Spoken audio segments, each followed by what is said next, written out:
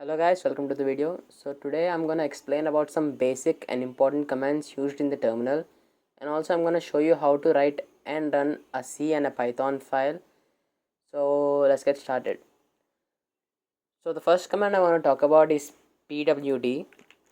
So pwd stands for print working directory. So basically it prints our exact location. That means it shows the file or the folder we are currently working in. So as you can see, currently I'm working in my workspace and this is my GitHub ID. And the next important command is ls. Basically it just shows the list of files and directories present in the current directory you're working in. As you can see, I got few files and directories in my workspace, and here we can also filter out the files you need in the list. For example, if you want to check the number of .txt files present in your working directory, you can do it just by typing ls star.txt to just list the text files easily.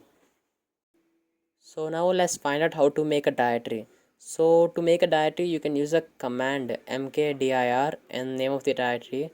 Let's name it test and press enter, and that's it. Now you have an empty directory. Now for us to go into the directory, just like we double click on a folder to open it, you can use the command cd and the name of the directory you want to go in and press enter. Here the cd stands for change directory. So as we now are in the test directory, let's create a text file here. We can create any kind of files using the command touch. So let's type in touch. Let's name it hello and press enter. And there you go. Now we have a text file in our directory. Okay, now let's try to edit the text file that we have just created. You can use the command nano nano to edit any file. So let's edit this file. And now we can save it by pressing Ctrl plus O and create a new terminal here.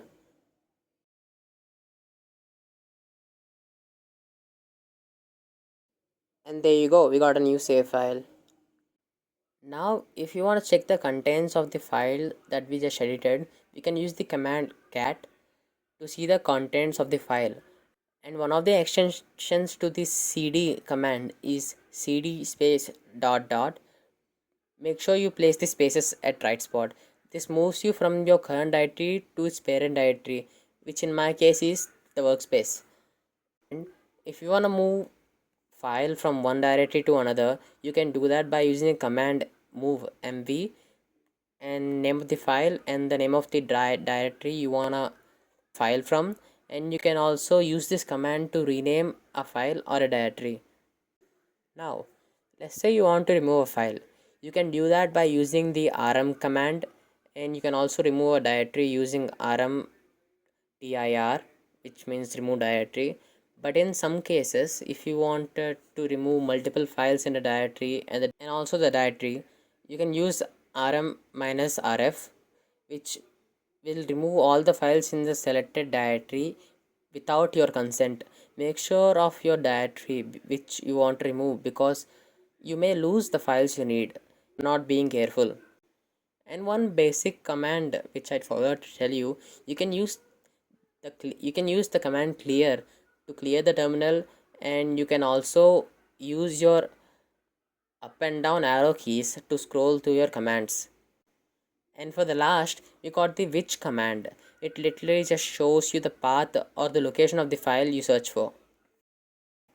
Now that you have got to know few basic commands, let's try to make and run a C and a Python file. First, let's make a Python file. To make a Python file, we use the touch command, and let's name the file sample.py. The .py is an extension for a Python file, just like we have .txt for text files. And now we type in code space sample.py, which opens the code editor. Now if you want to run this code, you can use the command python and the name of the file and press enter. Now there you go, pretty easy, right? Now let's try to make a C file. Just like we did for the Python file, we do touch sample.c, where C is the extension for C file, and open the editor by typing code space sample.c.